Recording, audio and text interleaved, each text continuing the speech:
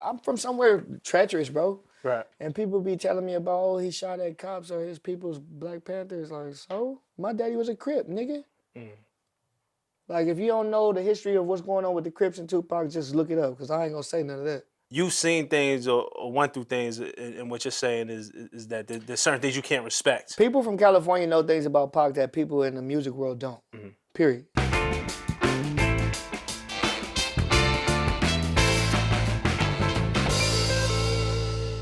What's up, geniuses? Welcome to For the Record. I'm your host, Rob Markman. All right, today's guest is quickly rising out of the West Coast to becoming one of the most new and exciting rappers in the game, okay? He just recently dropped the project, The Wolf of Grape Street. And it's dope, but it's not without controversy, okay? He's been in the news a lot for some comments that he made about the great, late Tupac Shakur, the Billboard magazine. We're going to get into all of that, but we're going to get into some other stuff, too. I want to welcome to the set of For the Record, 03 Greedo. What's going on, my brother? What's going on with my good peoples, man? Oh, man, I'm good, man. The Wolf of Grape Street, man. Yeah. What has the response been like? You just dropped it on March 9th. Everybody really just went like outrageously crazy about it because it's so fresh. But then it's crazy though because that's not even the full project. The deluxe edition ain't gonna have like what the full project really was, because certain things happened where I didn't know how to clear samples or whatever, Right. or some people was just putting in false claims on me on some hating, and some of my music had got dropped down off of the sites. So we kind of put some of my big, hits in the streets on there just so that people that was getting familiar with me for the first time knew, like, damn, this is why they call him the Wolf. But hold on, you doing the deluxe? Because what is it? About 32 songs on the project? I don't know. I don't be counting You the up number. there. I don't count the number. I just need to make sure that the point is being made. Because it's a day of streaming, so like numbering your shit, it doesn't even matter. I don't think people understand, like, even though I'm signed, like, this is 100% what I know is supposed to go on because I'm in touch. A lot of people who wear suits and ties, they not in touch, but they get in touch with people who are in touch, and they still might try to direct traffic the way they want to, but I honestly know more is what's necessary from people who are as good as me. And people who aren't as good as me, they have to hold on to their songs, and they have to drop like 8-track albums and do something crazy like post their face on some wall and do, they got to do all type of antics, and my thing ain't that. Right. You said that you want to make sure it doesn't matter how many tracks are on the project, but you want to make sure you get your point across. What's the point that you looking to make with the Wolf of Grape Street? That I'm diverse, you feel me? And a lot of people get their versatility only through music, but like, I don't know if you check all my articles or whatever, I'm from all type of areas, just bouncing around being homeless, but I was exposed to like different swags as far as music, dressing, and just culture all the way around. So it's hard for me to make a project and feel like I satisfied each one of the neighborhoods I grew up in without looking like I sold out or switched up on them. You feel me? Well, what's the neighborhoods that you represent? We know Watts, we know I'm from Jordan Grape Street, Downs. Watts, but I also grew up in the 40 Crip area in LA where my grandparents lived, where both my grandmothers lived, my dad's mom, my mom's mom. Then my dad's dad lived in Sacramento with his second wife, who's still alive. My other grandparents are dead. So I grew up out there in the summertime. I grew up in St. Louis. I grew up in Kansas. I spent a lot of my like early adult life in Atlanta. So like, music-wise, I got a taste of so much stuff, because a lot of people think that because I'm from California that I listen to West Coast music, but I'm just a person who's from California. I don't like West Coast music. I don't like G-Funk. I never grew up listening to that. I've never satisfied a lowrider. There's people I know that have lowriders though, like from the hood, but it's rare. So we grew up off of like Louisiana sound, and then other than that, I was a super beat head being a producer. So I always was like heavy on Virginia scene, which is, Pharrell and some other folks and stuff like that. And just like Atlanta's had it like shit my whole life. I read somewhere, which is interesting, because you have this style that's very melodic. You know your way around the melody, but it's hard in the street and it's undeniable. It's in your face in a lot of ways. And I read somewhere that the first album that you had, the first rap album, was Nelly Country Grammar. No, that was the first one I bought. The first album I had was that blue one by BG, which is either Checkmate or Choppy City in the Ghetto. But that was back when they was CDs, and then Cash Money had the little ghetto ass covers where you open it and unfold it. So I know it was black and sky blue. I don't remember if it was Chopper City. I believe it was Chopper City. And that was like 6th or 7th grade, and then right after that, Bling Bling hit, and then people discovered Lil Wayne off of his little bridge, Right. and then all us kids, especially me with this nasally voice, like I always kind of related to like Wayne or Boosie or Snoop because their voice was like softer than typical male, and my voice never changed when I grew up. You feel me? Like I never had a point where my voice was cracking and changing. And then, You know, the Nelly thing was interesting to me because oh yeah, Nelly too, same thing. Cause Country Grammar, the single, very sing-songy rap going down, I never baby. even liked that song though. That's not why I bought that CD. I bought that CD because of Eon. For EI? What? When that came on, just how the beat yeah, it come was on hard. and then how the video come on with that black and then that motherfucking Rams car. Yeah. And then he just, underlay, mommy, Eon. I never heard nobody use those deliveries. Mm-hmm. I don't know how he thought of that, but that was so hard. And then right after that, he made Free City, the St. Lunatic CD, and he was gassing every verse. What you think we live on a farm? Nigga, be for real. We got Benz, Rovers, and Jags, Hummers, in the Villes. I was like, damn. I don't think Nelly got enough credit, really, for what he did. He was wildly successful. Because it just died down as far as like that side of him died down. Like how you just said, I have melody, but it's still like in your face and street. Mm-hmm. That side of him where it was in your face and street was over because he just started to get a bigger corporate check, crossover. But shit, I want to do that shit too. I don't want to keep. I'm actually working on a pop album right now. Well, it's not gonna be your traditional pop, but if you've never heard my R&B album, First Night Out, it was like street R&B. So we're just gonna push that to the next level, and it's called Never Ends because every summer I would make Purple Summer. But Purple Summer Never Ends was always the promotional like little slogan. Mm-hmm. So this is called Never Ends because once I got to Purple Summer 3, that added up to 103 songs. Right.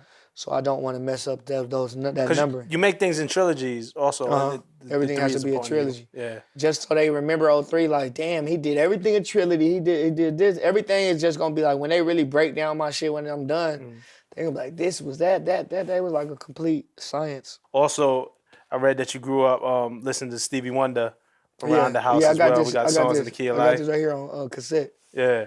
I can't even listen to it. No? Because who has a cassette player? No, where you get it at? Yeah, but I also read that you grew up and you had trouble with your ear. You had a fake eardrum when you were a kid. Right.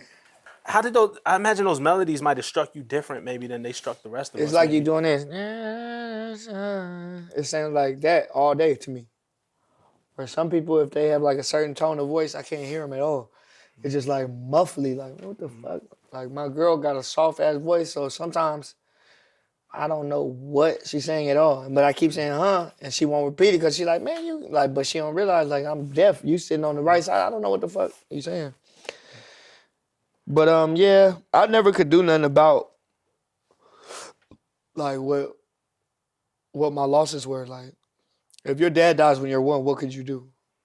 You feel me? And if your mom and you don't get along, what could you do? If your brother and you don't get along and then you get older and y'all actually don't get along like completely and you feel me, he did told on you and snitched on you, whatever, you don't like, you feel me, like you can't do anything.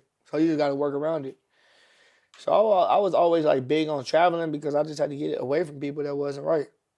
Even if it was like temporarily or forever, it's just what's going on. So I never could really do nothing about like the things that went wrong for me. So I worked around it. Most people would have gave up. I can't do music. I'm deaf in one ear. I'm partially deaf. I don't hear things the way you hear it. I can't do music. I think a lot of people talk themselves out of it, considering what's stacked up against them. You fought through all of that. They ain't really went through nothing where they have to be gangsters. I don't give a fuck about being no gangster. I'm a full gangster though. I don't care about this. I was forced into this life. You feel me? When my daddy died when I was 1, I had to get outside and figure it out. I ain't learned how to play basketball until I was 12 years old. You feel me? So, I don't know, they just the P word, you feel me? You know what I'm saying? You could express yourself however you want on this show. They just pussy, man. They got to ride for themselves. I mean, you ain't going hard for yourself. You don't care about, like, you feel me, your kids. And a lot of people I know don't even go see their kids or take care of their kids, but that's weird. How you don't love part of you? It's not even like on some spiritual or emotional shit. Like literally, they came out your balls. What are you doing? Like, what are you doing? You feel me? So I mean, I got a kid, so I can't give up. ultimately, I think people are still trying to figure you out. And That's the worst thing they should try to do. I feel like we are scratching the surface. Ultimately, where do you see yourself? Where do you want to be when you kind of look back in your career, maybe 10, 15, 20 years from now? I don't care what it has to be because I don't know what it will be. But I just want people to understand that I was like a pioneer for this shit and I changed the game. And that I changed music. I didn't change rap. Rap is kind of probably already dead. I won't even act like I don't know like better lyricism or better song structure than now. But it's just at the end of the day, that's what's going on. You got to keep up with the Joneses or you could be that old nigga up the street. You feel me?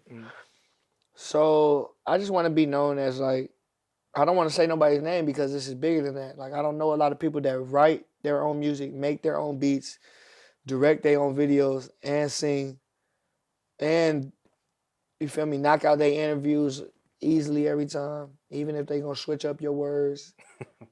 You know what I'm saying? Like I'm really like campaigning right now. So hopefully I can be here to do this shit forever. Well, let's get into that. Interviews. You recently were quoted in a Billboard interview saying that Tupac sucks. You were quoted as saying that he was a bitch ass. Can you give us the context? And we read that, and everybody read that, and sites picked up on it and reported it. Can you give us the context on if those comments were made, how were those comments made? Well, first I don't want people to think like I'm mad at the people that did that interview. I don't give a damn. Thank you. You feel me? Success. You feel me? You gonna get my buzz up. But I think they just kind of not. Maybe they didn't twist up my words, but they took out other parts of my conversation that made shit seem more malicious.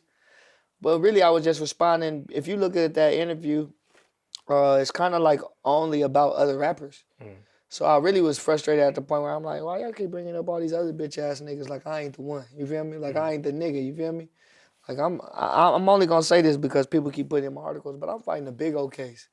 It might not be here to make this music forever. So don't compare me to people who ain't lived this life. I was born in Los Angeles, California, Kaiser Permanente Hospital. You know what I'm saying? Don't compare me to anyone, period, who's not from my city. Don't compare me to anyone, period, who ain't living how I'm living and ain't got the credibility I got in these streets. Don't compare me to anyone, period, who does things that seem delusional in my book. If you're from way over here and then you come over here and say, fuck over there, ride with me. I want to be the person to stop my people from riding with somebody that don't even, why would you be riding for them? Why y'all ain't riding for me? Them same lame rap niggas that be faking like they want to be my friend or want to do a song with me that just was so scared of this comment that they jumped on that. Why aren't you defending a homegrown hero? You know what I'm saying? So you had that. You heard from other rappers, or there was backlash or reaction from they other just scared. People just want to comments. show that they ain't in it.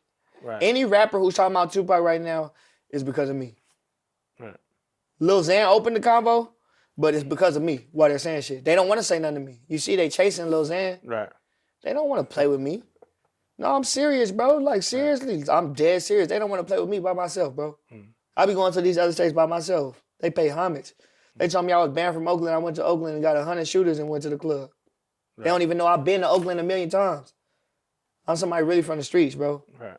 So it's just like, don't compare me to nobody who couldn't handle things that way. Let's talk about two, because there might be two things that are going on. Pac musically. It's tight. It's tight, but it still sucks because it's not authentic. It's not coming from somewhere real. When I say I've been shot by who I love and told on by my family, that's real shit. If I get this time and don't run, is you finna write me or something? That's real shit. I never voted. All that shit is really what's going on. These are really the things that I'm stressed out about in the morning. I'm shedding tears about when I'm not around people. You know what I mean? So you want me to pay homage? I don't have to. I don't have to. Yeah, I like I Ain't Mad at You. I like changes. I like certain songs, shit. But like I said, like I like Frank Ocean music. I like a song by Charles Hamilton. I might like some Raphael Sadiq. It don't matter, bro. It don't mean I rock with them, bro. It don't I got rappers I don't get along with in the city. It don't mean that Just because his song come on, I'm going to say, cut this. No, man, I'm a player. I'm a real player. But shit, the thing is, with that interview, it's like someone over there, whether it was the staff or the person that was interviewing me, whoever it was, they were looking for shock value or what my creative director calls clickbait. So you got 2 seconds to think about this. Like, damn, what you gonna do? I'm the type of person that somebody pull up on me and I wasn't expecting them to fight me. I'm be like, shit, I'm finna steal on this nigga. So shit, that's all I did was stole on that nigga. You feel me? Like that shit needs to stop. When these conversations have happened years before this, anytime somebody asked me about that, I always told them my favorite rapper Boosie. I like music. I'm from somewhere treacherous, bro. Right. And people be telling me about, oh, he shot at cops or his people's Black Panthers. Like, so? My daddy was a Crip, nigga. Like, if you don't know the history of what's going on with the Crips and Tupac, just look it up, because I ain't gonna say none of that. Right. I'm a Crip. Right. Come on, man, I don't care. Look, the fact of the matter is, I think a lot of music fans, even of street music, the vast majority aren't in the streets, so they don't face the same circumstances. Yeah, 90% of these rappers ain't in the streets. They be calling me to get them a gun when they come to the city. They be spooked. They don't want their chain took. Because here's the thing, and I'm real with this. Pac is one of my top 5 rappers of all time, me personally, right? My circumstance is way different from yours, so I'm judging it on a musical level. You've seen things or went through things, and what you're saying is that there's certain things you can't respect. People from California know things about Pac that people in the music world don't. Period. Don't care. I don't give a fuck. Like, let one of them Pac folks try to pull up on me. I don't care. Just tell them people don't ask me about your boy. Like, now in the future, I'm gonna be like, don't bring up no rappers. But since this is the conversation at hand, I don't give a fuck. I beef with my own brother. Did you hear me? The hell's wrong with these niggas, man? These niggas little kids, man. I'm really out here, you feel me? That shit public records. Google my name. Like, no, nigga. This nigga ain't me. Don't bring him up, period, bro. I don't remember him making his own beats. Right. I don't remember him singing. I'm doing 14 songs a night. You want to come to a session? I'll fly you to Atlanta to see this shit. And every song is a banger. And no song that I make sounds like another song. The only songs I can say sound similar is Never Been and Touchdown, and that's on purpose. So that they can understand this is like Never Been Part 2. I actually shot that video in New York. Touchdown to cause hell. Because it's just like Never Been, I did that from the hospital bed. And Touchdown is just like when I bailed out for the situation I'm in. And it's just like I touched down to cause hell, which is a phrase that I took from my favorite rapper, Lil Boosie. Right. It's funny though. Again, going back to Pac, I think a lot of people love Boosie for the same reasons that they love Pac. Man, I think the music gives them a Boosie feeling. loves Pac too. Right. I think Boosie loves Pac. I think T.I. loves Pac. I think all of them people love Pac. But I don't care. It's not for you. Bro, I'm too young. Pac died when I was in 3rd or 4th grade, bro. I don't care. And I had an older brother, so this is how it goes. If my brother want to sit on the right side of the car, I'm going to sit on the left. It's sibling rivalry. So I was listening to Biggie just to piss him off. Just to piss my brother off. I was time for you to die. Oh, you hear this shit? Yeah. Just pissing him off. It's not necessarily a generational thing with you too, because I think what's going on in hip hop now is this generational divide with the older generation and younger generation are fighting to hold on to something. But this doesn't seem to be that. Man, that's not what's going on. Bitch ass niggas talk too much. That's all it be. It's old niggas that don't give a fuck about that shit. I'm on the block. I don't give a fuck about no nigga. What's up, little nigga? You feel me? Right. You think I ain't ran into no old niggas that listen to Pac still to this day? Then they be talking about this nigga want to talk, this nigga want to talk, call him. Man, shut your weird ass up. I don't check in, nigga. What the fuck? Who reached out? Who's trying to talk to you? It's not happening. Don't matter. It's not happening. They better pull up. Fuck you mean, nigga? I'm from Grape Street, man. If y'all don't know what that is, go check out Menace to Society, man. Yeah, that's the hood. Right. I think your reality of where you come from, I think, Jordan Downs has like, you spoke about the majority of people not making it out. Right. And you also, wanting to be somebody to make it out. And also where I'm from, our culture is to be aggressive or mean. Like this is how we greet our homegirl, bitch. Or if we talking to the homie, oh, bitch, you ain't got no money, man. Look, bitch, get in the car. You feel me? We from where there is no filter. The kids is cussing. I don't care. I don't care. When people be telling me to care, like these people with suits and ties, I be like, shut up. Like, no, I don't care, bro. I wish somebody would try to touch me about some rap when I gang bang. I wish somebody would try to touch me about some rap when I'm fighting life. For real. I just wish they would so I could make an example out of them. So I could show these niggas. You know what happened when a rapper tried to play with me? I made an example out of him. And made $17,500. You feel me? And trolled him and got somebody offering me a movie deal. Right. You know Talking what? about the show that you had. Nah, I don't know nothing about it, but you feel me? I'm a type of nigga, I'm a rewarding person. So if you do good, I'm gonna reward you with good. And if you did bad and I feel like I really have to reward you, oh, there's a cake being baked for you. I'm the person that does that. I don't give a fuck about what other people give a fuck about. Like growing up without a dad, I just used to really be raised off music and movies. Right. So I'm even working on an album with this dude named Kenny Beats called Netflix and Deal. And every song is inspired by a movie. Like we got a song about Blow. But it's like telling the story of the movies. It's hard, watch, you gonna see. But I was always obsessed with being a mafia boss and a villain. So that's why I wear like long coats, big old Armani thing with the big old Louis boots, you feel me? And just like, damn, he on his designer shit, but the man look like a fucking evil villain, you feel me? So it's just like, bro, I'm here to troll people, bro. I love it. I always was a class clown. And you can admit that, like. Yeah, I'm a troll. I was a class clown my whole life, bro. I'm leaving school with guns in my hands. I'm doing whatever you shouldn't do. You feel me? To be able to get a reaction, to be able to get somebody. Tight. Yeah, it was somebody I'm an attention whore. Me, I'm an attention whore. And to get somebody out to love you or hate you, but one way they're gonna feel an extreme way about you. Yeah. One thing though, man, and we had this conversation off camera, is just, again, man, your musical tastes are so diverse. I mean, we was back here, and I think a lot of people won't expect, like, we talking about Most Def and Talib Kweli records and Roots records just because the melody catches you and makes you a fan of, if not that artist, that record for sure. Right. That's what people think, like, they can put rules on my ears. Get your dumb ass up out of here. Like, if I like it, I like it. I listen to Nelly Furtado's Loose album. You feel me? Just the other day, I was just off Justin Bieber Purpose all the way through. Hot. For real. But then I'll go listen to shit, Hustler and Jacka. Mob Rest in figures. peace. You feel me? So shit, I just been around the world, bro. I've been around the world in a sense, like somebody where I'm from ain't never been to New York. Somebody where I'm from ain't never been to Atlanta and ate chicken in the Blue Flame with ass and titties all over them. Somebody where I'm from ain't been to no fucking interview where cameras looking like that or even seen like a fucking record of the masterpiece shit. Right. It's just what it is. So, nigga, I'm gonna give them. This is what somebody who's from nowhere would look like, sound like, and how they would react to shit. I'm gonna be 100% me till they lock me in with that fucking. Until I'm gone, man. If I die, if I go to jail, if I'm here forever, that's just what's going on. How often does that weigh on you? Do you move? Because obviously you're facing real life shit. Is that has to always be in the back of your mind, like. Yeah.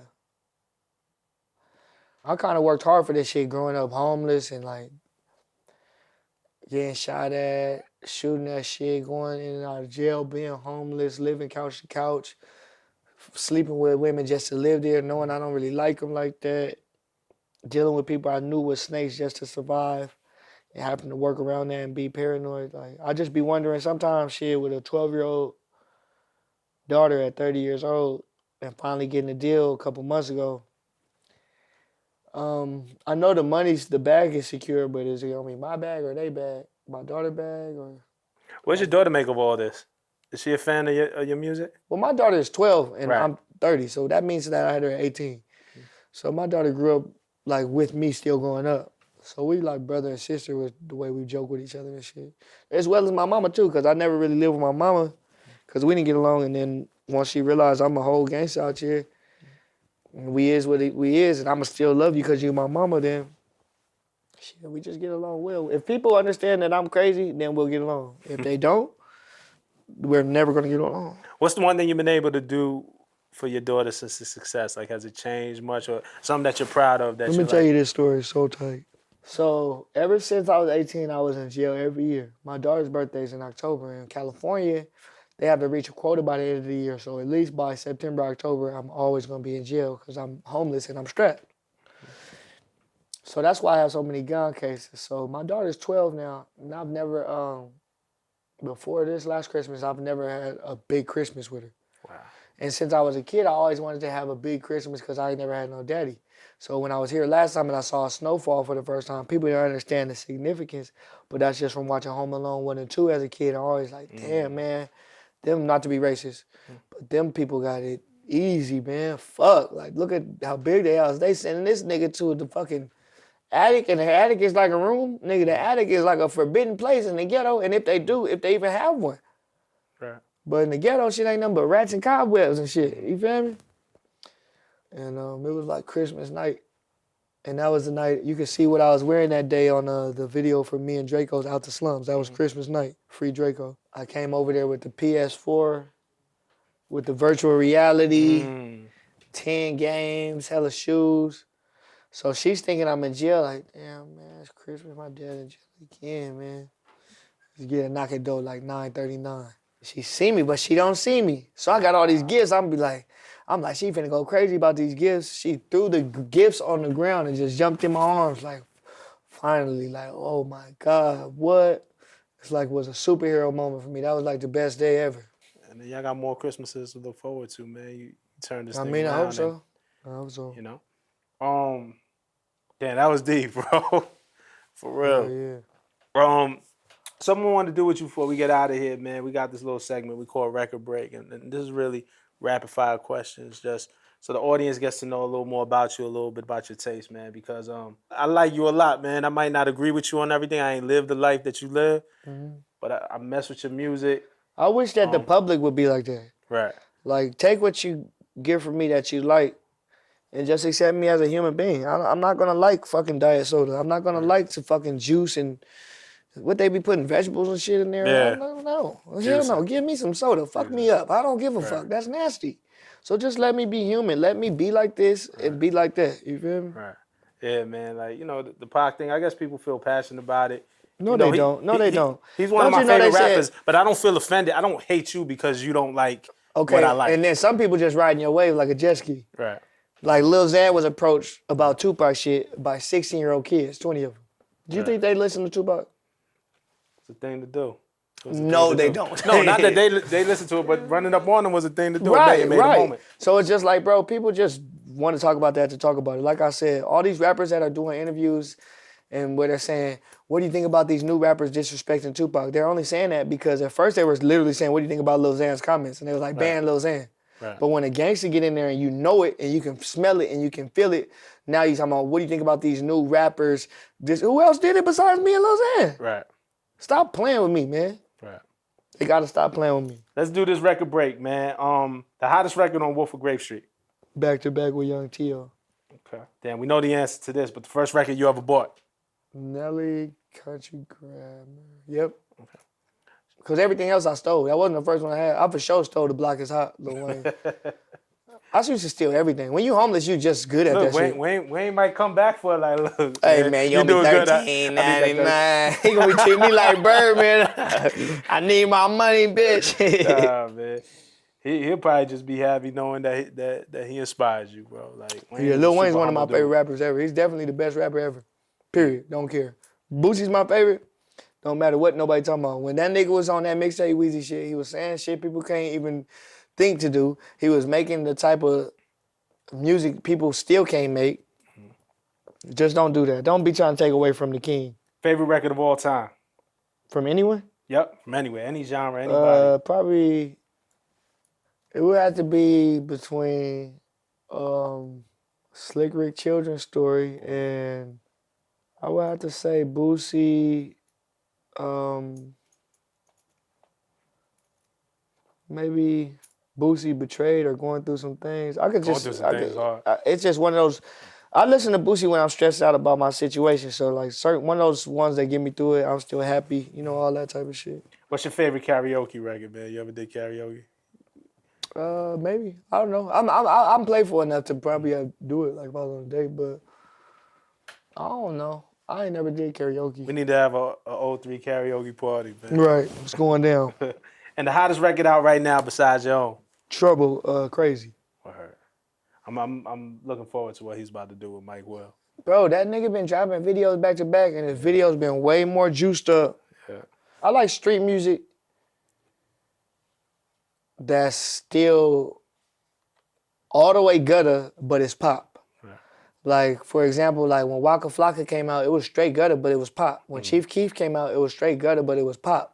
Which means like it was universally accepted, and it kind of like painted culture for the youth.